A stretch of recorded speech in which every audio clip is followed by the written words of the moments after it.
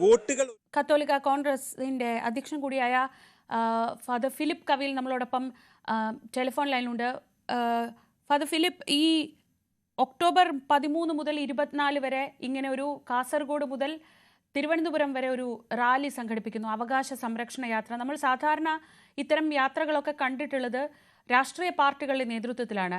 ഇപ്പോൾ പ്രധാനപ്പെട്ട ചില ആവശ്യങ്ങൾ നിങ്ങൾ ഉന്നയിക്കുന്നതിൽ ഈ ഭൂപതിവ് ചട്ടത്തിന്റെ കാര്യത്തിലായാലും കാർഷിക മേഖലയിലെ പ്രശ്നങ്ങൾ, വന്യജീവി പ്രശ്നങ്ങളിലൊക്കെ ആയാലും സർക്കാരിന്റെ ഭാഗത്തു നിന്ന് ചില ഇടപെടലുകളൊക്കെ നടന്നതിന് ശേഷം തന്നെയാണ് ഇങ്ങനെ ഒരു റാലി നടക്കുന്നത്. അത് ആ സമയവും ഏറെ പ്രസക്തമാണ്, പ്രത്യേകിച്ച് ഒരു തദ്ദേശ തെരഞ്ഞെടുപ്പിന്റെയൊക്കെ തൊട്ട് മുൻപായിട്ടാണ്.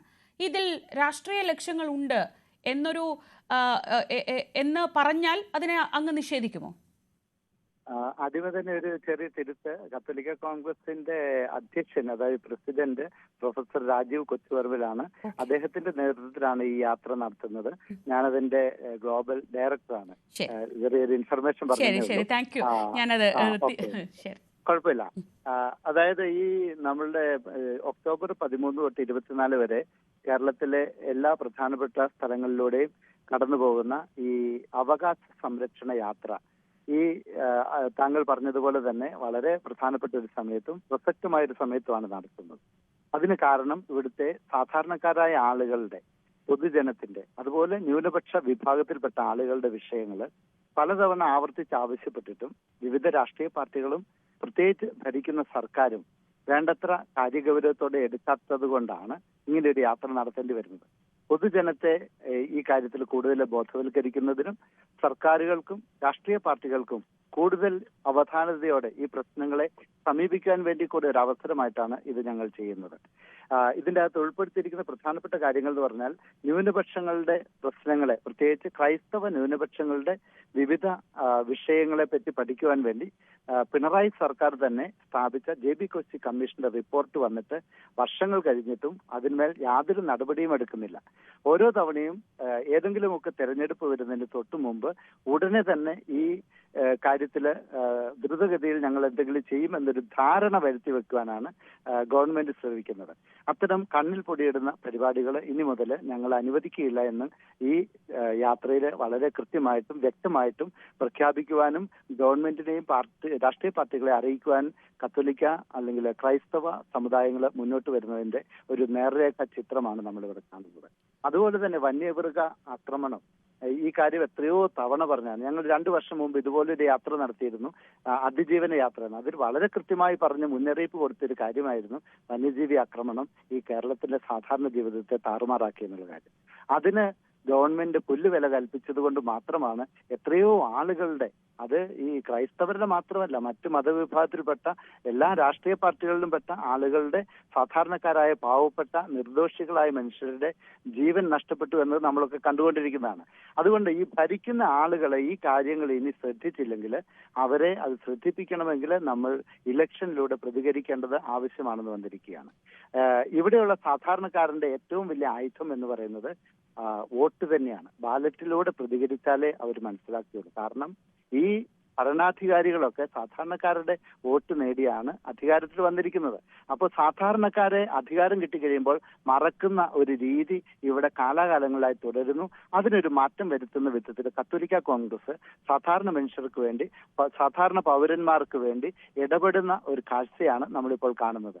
ഇനിയും ഈ ക്രൈസ്തവ അവഗണന തുടർന്നാൽ, ക്രൈസ്തവ അവഗണന മാത്രമല്ല സാധാരണക്കാരായ ഇവിടുത്തെ പൗരന്മാരുടെ അനുദിന ജീവിതത്തിലെ വിവിധ പ്രശ്നങ്ങളെ അവഗണിക്കാനാണ് ഇവർ പരിശ്രമിക്കുന്നതെങ്കിൽ അതിനെതിരെ അതിശക്തമായി ബാലറ്റിലൂടെ പ്രതികരിക്കണമെന്ന് പൊതുജനങ്ങളെയും സാധാരണ എല്ലാവരെയും ബോധവൽക്കരിക്കാൻ വേണ്ടി കൂടിയാണ് ഈ യാത്ര. ഫാദർ ഫിലിപ്പ്, ഈ നിങ്ങൾ ഉന്നയിക്കുന്ന ആവശ്യങ്ങളിൽ ഏറ്റവും പ്രധാനപ്പെട്ട 2 കാര്യങ്ങൾ, ഒന്ന് ഭൂപ്രശ്നങ്ങൾ, 2 കാർഷിക മേഖലയിലെ പ്രശ്നങ്ങൾ, ഈ വന്യജീവി പ്രശ്നമടക്കമുള്ള കാര്യങ്ങൾ, ഇത് പരിഹരിക്കുക എന്നതാണ്. ഇപ്പോൾ കഴിഞ്ഞ ദിവസമാണ് നിയമസഭയിൽ ഈ ഭൂപതിവ് കഴിഞ്ഞ സമയത്ത് വന്നു. ഇപ്പോൾ തൊട്ട് കഴിഞ്ഞ ദിവസം വന്നത് വന്യജീവി പ്രശ്നത്തിൽ ഒരു പരിഹാരം തേടിക്കൊണ്ട് അത് ഭേദഗതി, അത് കേന്ദ്രത്തിന്റെ അനുമതി ഇല്ലാതെ നടക്കില്ല. സഭയിൽ അത് അവതരിപ്പിച്ചെങ്കിലും അതിൽ കാര്യമായി ഒന്നും നടക്കില്ല എന്ന് നമുക്കും അറിയാമായിരുന്നു. അപ്പോൾ അങ്ങനെ സർക്കാരിന്റെ ഭാഗത്തുനിന്ന് ചില ശ്രമങ്ങളൊക്കെ ഉണ്ട്. നിങ്ങൾ ഉന്നയിക്കുന്ന പ്രധാനപ്പെട്ട ചില പ്രശ്നങ്ങൾ അവർ അഡ്രസ് ചെയ്യാൻ ശ്രമിച്ചിട്ടില്ലേ? അവരെപ്പോഴാണ് അഡ്രസ് ചെയ്യാൻ ശ്രമിച്ചത് എന്നുള്ളതാണ് നമ്മുടെ ചോദ്യം. എത്രയോ കാലഘട്ടമായിട്ട് ആവശ്യപ്പെട്ടിട്ടും ഈ തെരഞ്ഞെടുപ്പിന് തൊട്ടു മുമ്പിൽ ഇത് അഡ്രസ് ചെയ്യാൻ ശ്രമിച്ചു എന്നൊരു പ്രതീതി വളർത്തുന്ന ഒരു രീതിയായിട്ടാണ് ഞങ്ങൾ അതിനെ അതായത് വെറും കണ്ണിൽ പൊടിയിടൽ മാത്രമായിട്ടാണ് സർക്കാരിന്റെ ശ്രമങ്ങൾ അല്ലെങ്കിൽ കണ്ണിൽ സർക്കാർ ഇപ്പോൾ പൊടിയിടാൻ ചെയ്യുന്ന കാര്യങ്ങളെ കാണുന്നത്. കണ്ണിൽ പൊടിയിടാനുള്ള രീതിയാണോ അല്ലയോ എന്ന് അവർ പ്രവർത്തിച്ച് കാണിക്കട്ടെ. ഉദാഹരണത്തിന് വന്യജീവി ആക്രമണത്തിന്റെ വിഷയം വരുമ്പോൾ ഇവിടുത്തെ ഈ കാട്ടുപന്നികളുടെ വിഷയം എടുക്കാം. ഈ വനം വന്യജീവി വകുപ്പ് മന്ത്രി തന്നെ ഞങ്ങളെയൊക്കെ അധിക്ഷേപിച്ചതാണ്. കാട്ടുപന്നിയുടെ ഇറച്ചി തിന്നാൻ വേണ്ടിയാണ് അവരൊക്കെ നടക്കുന്നതെന്ന് പറഞ്ഞത് ഞാൻ ഓർക്കുന്നുണ്ട്. അപ്പൊ അദ്ദേഹത്തിന് ആത്മാർത്ഥത ഉണ്ടല്ലോ. ഒരു കാര്യം ചെയ്യട്ടെ, ഈ കൃഷിയിടങ്ങളിൽ ഇറങ്ങുന്ന കാട്ടുപന്നിയെ കർഷകന് വെടിവെച്ച് കൊല്ലാമെന്നുള്ള ഒരു വിജ്ഞാപനം അവർ ഇറക്കട്ടെ. എന്തുകൊണ്ടാണ് കാട്ടിൽ നിൽക്കേണ്ട കാട്ടുപന്നി നാട്ടിലിറങ്ങുമ്പോൾ അതിനെ കാട്ടുപന്നിയായിട്ട് പരിഗണിക്കുന്നത്? കാട്ടില് നിൽക്കേണ്ടത് കാട്ടുപന്നികളാണ്.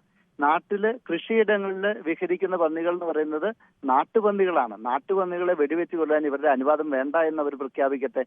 കർഷകന് അതിനുള്ള അനുവാദം കൊടുക്കട്ടെ. ഇപ്പോൾ ഇവർ പറയുന്നത് എന്താണ്? ഇവർ കൊണ്ടുവന്നിരിക്കുന്ന ബില്ല് അനുസരിച്ച് ആരുടെയൊക്കെ അനുവാദം ഉണ്ടെങ്കിലാണ് ഒരു കാട്ടുപന്നിയെ കൊല്ലാൻ സാധിക്കുന്നത്?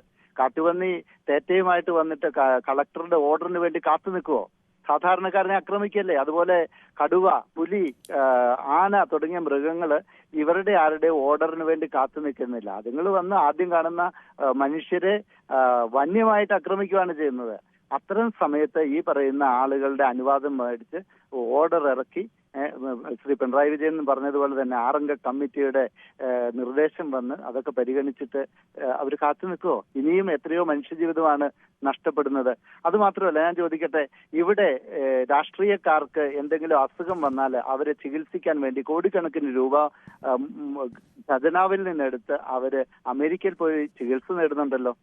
കാട്ടുമൃഗങ്ങൾ ആക്രമിച്ച, കടുവ കടിച്ചു തന്ന ആളുടെ വീട്ടിലുള്ള ആളുകൾക്ക് എത്ര നഷ്ടപരിഹാരമാണ് ഇവർ കൊടുക്കുന്നത്? കേവലം 5 ലക്ഷം രൂപ 10 ലക്ഷം രൂപയിലും ഒതുക്കാതെ 50 ലക്ഷം രൂപയിലും മിനിമം കൊടുക്കണമെന്ന് കത്തോലിക്ക കോൺഗ്രസ് പലതവണ ആവശ്യപ്പെട്ടതല്ലേ? ഇവിടെ സാധാരണക്കാരുടെ ജീവിതത്തിൽ ഇത്തരം പ്രശ്നങ്ങൾ നിലനിൽക്കുമ്പോൾ എന്തുകൊണ്ടാണ് ഗവൺമെന്റ് ഇത്തരം നാമമാത്രമായ പരിപാടികൾ നടത്തി മനുഷ്യരെ പറ്റിക്കാൻ ശ്രമിക്കുന്നത്? അതൊക്കെ ഇനി ഞങ്ങൾ കൃത്യമായിട്ടും പൊതുജന മധ്യത്തിൽ തുറന്നു കാണിക്കും. ഇനി മുതൽ വരാൻ പോകുന്ന തെരഞ്ഞെടുപ്പുകളില് കത്തോലിക്ക കോൺഗ്രസിന്റെ ഒരു പ്രഖ്യാപിത നയമാണ് രാഷ്ട്രീയ ഓഡിറ്റിംഗ് ഞങ്ങൾ നടത്തും. അത് നമ്മളുടെ അവകാശത്തിൽപ്പെട്ട കാര്യമാണ്. നമ്മളുടെ വോട്ട് വാങ്ങി ഭരണത്തിലേറിയ ആളുകൾ നമുക്ക് വേണ്ടി എന്ത് ചെയ്യാമെന്ന് പറഞ്ഞു അത് ചെയ്യുന്നുണ്ടോ എന്ന് ഞങ്ങൾ പരിശോധിക്കും. അങ്ങോട്ട് ചോദിക്കട്ടെ, ഈ തെരഞ്ഞെടുപ്പിന് തൊട്ട് മുൻപായി നിങ്ങൾ ഇത്തരത്തിൽ വലിയ സമ്മർദ്ദം പലപ്പോഴും തെരഞ്ഞെടുപ്പിന്റെ സമയത്ത്, ആ സമയത്ത് തന്നെയാണ് രാഷ്ട്രീയക്കാർക്ക് നമ്മളെയും ആവശ്യമുള്ളത്. അതുകൊണ്ട് തന്നെ ഏറ്റവും കൃത്യമായ സമയമാണ്, ഏറ്റവും പ്രധാനപ്പെട്ട സമയമാണ്. അതിനപ്പുറത്ത് ഈ പറഞ്ഞ വാഗ്ദാനങ്ങൾ പാലിക്കാതെ ഈ 4.5 കൊല്ലം കടന്നു പോകുമ്പോൾ ആ സമയത്തിനിടയിൽ എപ്പോഴെങ്കിലും അങ്ങനെ ശക്തമായ ഒരു പ്രതിഷേധം, സമ്മർദ്ദമൊക്കെ ചെലുത്താൻ നിങ്ങൾക്ക് കഴിഞ്ഞിട്ടുണ്ടോ? അപ്പോഴൊക്കെയും തൽക്കാലത്തേക്ക് ആശ്വസിപ്പിക്കുന്ന വാക്കുകൾ അല്ലെങ്കിൽ ഈ പ്രശ്നങ്ങൾ പരിഹരിക്കാമെന്ന ഉറപ്പുകൾ ഒക്കെ സർക്കാർ തരുമ്പോൾ അതിൽ നിങ്ങളും തൃപ്തരാവാറില്ലേ പതിവ്? അല്ല, ഞങ്ങൾ തൃപ്തരായിട്ടില്ല. ഞങ്ങളത് തുറന്നു പറഞ്ഞിട്ടുണ്ട്. എത്രയോ പ്രതിഷേധ പ്രകടനങ്ങളും പ്രതിഷേധ സമര രീതികളും ഞങ്ങൾ ആവർത്തിച്ചിട്ടുണ്ട്. നിങ്ങൾ കഴിഞ്ഞകാല ചരിത്രം എടുത്തു നോക്കൂ. ഓരോ മനുഷ്യ വ്യക്തി ഇവിടെ കൊല്ലപ്പെട്ടപ്പോൾ, വന്യമൃഗങ്ങളുടെ ആക്രമണത്തിൽ കൊല്ലപ്പെട്ടപ്പോൾ കത്തോലിക്ക കോൺഗ്രസ് ആദ്യമേ തന്നെ അവിടെ ഉണ്ടായിരുന്നു ഇതിനെതിരെ പ്രതിഷേധിക്കാൻ. പിന്നെ നമുക്കറിയാം, ഒരു ഗവൺമെന്റ് തെരഞ്ഞെടുക്കപ്പെട്ട് കഴിഞ്ഞാൽ അടുത്ത 5 വർഷം കഴിയാതെ അവർ അതിന്മേൽ എന്താ പറയുന്നത്, കാര്യക്ഷമമായിട്ടൊന്നും തീരുമാനിക്കുന്നില്ല. അതാണ് ഇവിടുത്തെ ഒരു പ്രശ്നം. ജനാധിപത്യത്തിൽ അങ്ങനെ അല്ല വേണ്ടത്. ഈ കഴിഞ്ഞ കാലഘട്ടങ്ങളിൽ ഞങ്ങൾ പറഞ്ഞത് അംഗീകരിക്കാതെ പോയി എന്നുള്ള ധാരണ ഉള്ളത് കൊണ്ടാണ് ഈ കൃത്യമായ സമയത്ത് നമുക്ക് സാധിക്കുന്ന വിധത്തിൽ നമ്മളുടെ പ്രതിഷേധം സംഘടിപ്പിക്കുന്നതെന്ന് കൂടി അവർ മനസ്സിലാക്കണം. ഇനി മുതൽ ഭാവിയിൽ അത് കൃത്യമായിട്ട് ഞങ്ങൾ ചെയ്യും. ഇപ്പോൾ നിങ്ങൾ ഉന്നയിക്കുന്ന പല വിഷയങ്ങളും, പ്രത്യേകിച്ച് ഈ കാർഷിക മേഖലയിലെ പ്രശ്നങ്ങളിൽ, വന്യജീവി പ്രശ്നങ്ങളിൽ കേന്ദ്ര സർക്കാരിനും കൂടി ഉത്തരവാദിത്വമുള്ള, അല്ലെങ്കിൽ കേന്ദ്ര സർക്കാർ കൂടി എടുക്കേണ്ട തീരുമാനങ്ങൾ ചിലതുണ്ട്. അങ്ങനെ പറഞ്ഞാണല്ലോ സംസ്ഥാനം പലപ്പോഴും ഈ വിഷയത്തിൽ നിസ്സഹായ അവസ്ഥ പ്രകടിപ്പിക്കുന്നത്. BJP കാര്യമായി തന്നെ നിങ്ങളുടെ വോട്ട് ലക്ഷ്യമിട്ടുള്ള പ്രവർത്തനങ്ങൾ നടത്തുന്നുണ്ട്. ഇനി അങ്ങോട്ട് സ്ക്വാഡ് രൂപീകരിച്ച് ക്രൈസ്തവ ഭവന സന്ദർശനവും മഠ സന്ദർശനവും ഒക്കെ BJP പ്ലാൻ ചെയ്യുന്നുണ്ട്. BJPയുടെ നിങ്ങളുടെ നിലപാട് എന്താണ് ഈ വിഷയത്തിൽ? ഇതിൻ്റെ അകത്ത് വെറും സന്ദർശനങ്ങൾ കൊണ്ട് ഒന്നും നേടാൻ പോകുന്നില്ല. ഞങ്ങളുടെ ശ്രദ്ധ, ഞങ്ങൾക്ക് വേണ്ടി ആര് സംസാരിക്കുന്നു, ഞങ്ങൾക്ക് വേണ്ടി ആര് തീരുമാനങ്ങൾ എടുക്കുന്നു, ഞങ്ങൾക്ക് വേണ്ടി ആര് കാര്യമാത്ര പ്രസക്തമായ തീരുമാനങ്ങൾ എടുത്ത് നടപ്പിൽ വരുത്തുന്നു എന്നുള്ളതാണ്. കത്തോലിക്ക കോൺഗ്രസിന് യാതൊരുവിധ കക്ഷി രാഷ്ട്രീയവുമില്ല. കത്തോലിക്ക കോൺഗ്രസ് BJPയുടെ പക്ഷത്തോ മാർക്സിസ്റ്റ് പാർട്ടിയുടെ പക്ഷത്തോ കോൺഗ്രസിന്റെ പക്ഷത്തോ അല്ല. ഞങ്ങൾക്ക് പ്രശ്നാധിഷ്ഠിതമായ രാഷ്ട്രീയ നിലപാടുകളാണുള്ളത്. ഇവിടെ ഞങ്ങളുടെ പ്രശ്നം ഞങ്ങളുടെ ജീവനെ പന്താടുന്ന വന്യജീവി ആക്രമണത്തിൽ നിന്ന് ഞങ്ങളെ രക്ഷിക്കണം. അത് കേന്ദ്രമായാലും വേണ്ടിയല്ല, കേരളമായാലും വേണ്ടിയല്ല. ഈ സ്വാഭാവികമായിട്ടും ഈ കേന്ദ്രമോ കേരളമോ ഭരിക്കുന്ന കക്ഷികൾക്കാണ് അതിൽ എന്തെങ്കിലും ക്രിയാത്മകമായി ചെയ്യാൻ സാധിക്കുകയുള്ളൂ. അപ്പൊ അവരുടെ ഭാഗത്തുനിന്ന് പോസിറ്റീവായ പ്രതികരണങ്ങൾ ഉണ്ടായാൽ ഞങ്ങൾ അതിനെ അംഗീകരിക്കും. അതേസമയം പ്രതികൂലമായ നിലപാടുകളാണ് എടുത്തെങ്കിൽ അതിനെതിരെ ഞങ്ങൾ പ്രതികരിക്കും. ഞങ്ങൾക്ക് യാതൊരു കക്ഷി രാഷ്ട്രീയവും ഇല്ല. അത് ഞങ്ങൾ ആവർത്തിച്ച് പറയുകയാണ്. ഒരു പാർട്ടിയുടെയും കക്ഷത്തിൽ കൊണ്ടുപോയി ഞങ്ങളുടെ തല വയ്ക്കാൻ ഞങ്ങൾ ഉദ്ദേശിക്കുന്നില്ല. അത് പറഞ്ഞ് ആരും വരികയും വേണ്ട.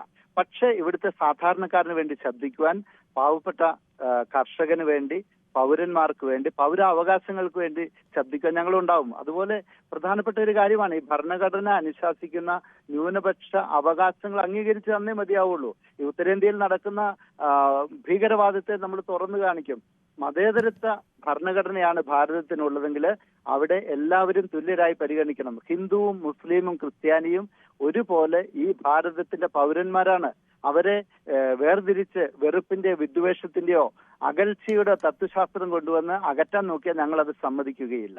ഞങ്ങൾ തുറന്നു പറയും. അതുകൊണ്ട് ഞങ്ങൾക്ക് കൃത്യമായ ഒരു ഉറപ്പ് നൽകിയാൽ ഒരു രാഷ്ട്രീയ പിന്തുണ, പരസ്യമായ ഒരു രാഷ്ട്രീയ പിന്തുണ പ്രഖ്യാപനത്തിലേക്ക് നിങ്ങൾ പോകുമോ?